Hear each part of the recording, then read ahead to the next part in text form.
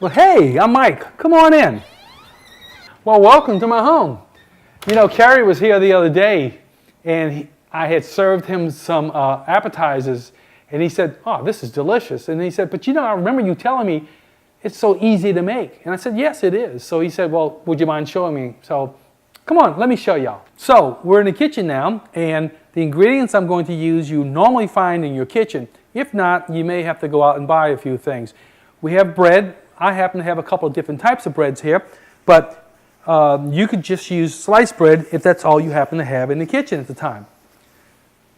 One thing we want to make sure we do first before we start anything else is we start the oven. So I'm going to set the oven at 400 degrees,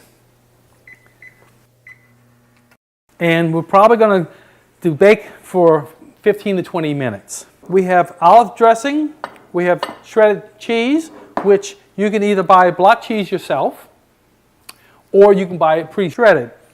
Fresh tomatoes, very important, but if you don't have fresh tomatoes and you happen to have canned tomatoes in the pantry, you can use that. We have Parmesan cheese. Use a little bit of that in there, makes it taste a little bit tastier. We take our tomatoes and we're going to slice them. We want them sliced thinly.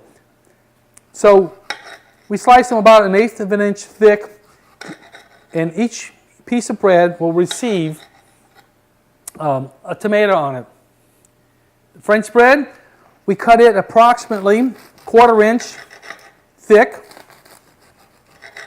and lay it out on our tray. The Kaiser type roll or something, very nice. By the way, St. Joseph bread is really a good one. It's got the little seeds on it. You cut it in half. You lay it out like so. And something else I found, if you want, you can cut it into thirds. And it makes it just that much thinner. Something interesting too is you can take something like a roll like this, and you can actually cut off a very small piece of it,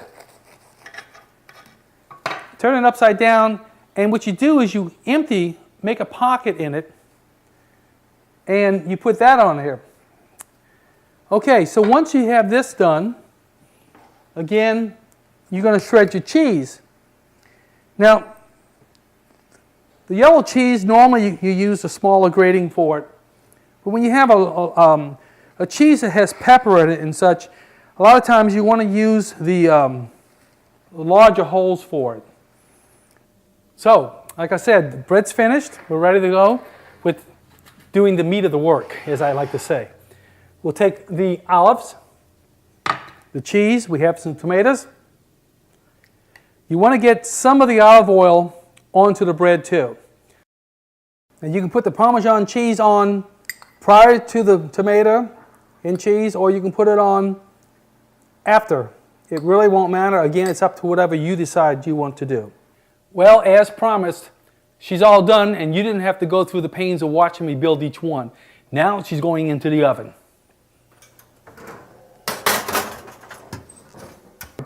We're going to set the timer for 20 minutes. If you're not certain about how long you think it should cook, then what you could do is set it for a little bit less time and watch it. Let's see what we got.